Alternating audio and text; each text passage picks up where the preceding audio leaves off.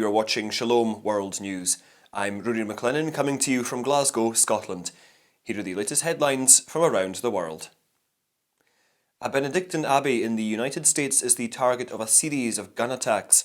The Catholic news agency has quoted the Mother Abbess Cecilia as saying the monastery has witnessed 3 gun attacks since February of this year.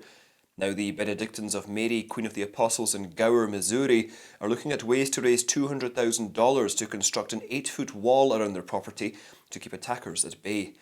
The nuns said in a statement that 2 bullets were fired into the Mother Abbess's bedroom on March the 24th.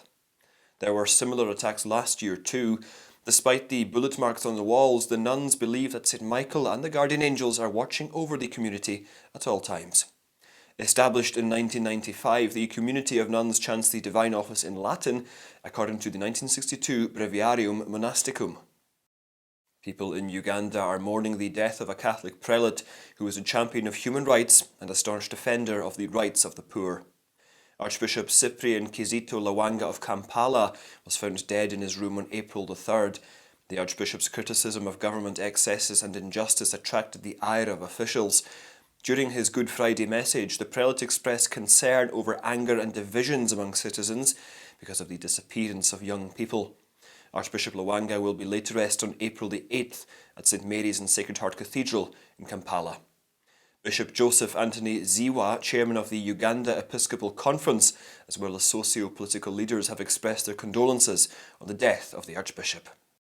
Yet another US bishop has reinstated the obligation to attend Sunday Mass.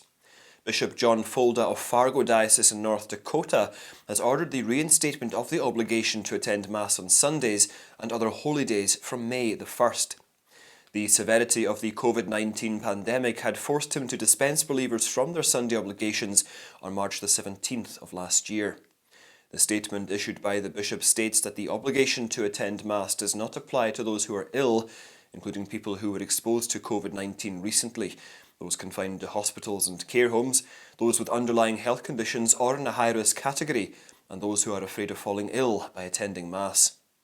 Bishop Folda also urges believers to consult their vicars if they have doubts about fulfilling the Sunday obligation.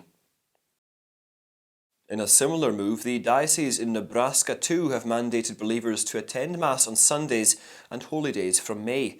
Bishop James Connolly of Lincoln, Archbishop George Lucas of Omaha, and Bishop Joseph Hannafelt of Grand Island have announced the end of the Sunday obligation dispensation from May the 23rd.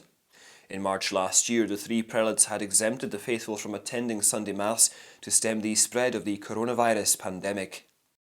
Vatican Secretary of State Cardinal Pietro Parolin has decried Europe's loss of faith and reason when it comes to ethical issues. The high-ranking Curia member was commenting on the increase in moves legalising abortion and euthanasia across the continent. Cardinal Parolin said the fundamental problem is with reason rather than with faith.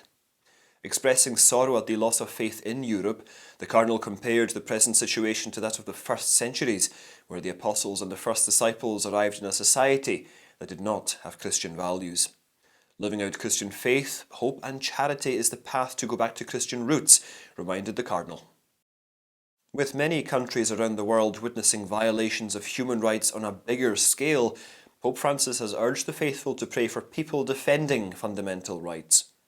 Announcing his monthly prayer intention, the Holy Father said he is referring to actively combating poverty, inequality, the lack of work, land and housing, and the denial of social and labour rights. Demanding equal fundamental rights for all, the Pontiff said every human being has the right to develop fully, and this fundamental right cannot be denied by any country. The Pope also exhorted believers to pray for those fighting for fundamental rights under authoritarian regimes. The Church has a vibrant presence in the Asian nation of Vietnam, in spite of hostility from the communist government. As a sign that the faith community is growing, as many as 60 members of the Jarai ethnic minority embraced Catholicism on Easter Eve. The event took place at the local Redemptorist mission in Anphongso. The Easter Vigil service was led by Father Vincent Bul Tan Quang, who heads the sub-parish. According to Redemptorist missionary Father Yos Huru Huan, the catechumens spent a long time learning the Catechism and attending pastoral activities. About 80% of the 6,175 believers in the mission comprise ethnic minority groups.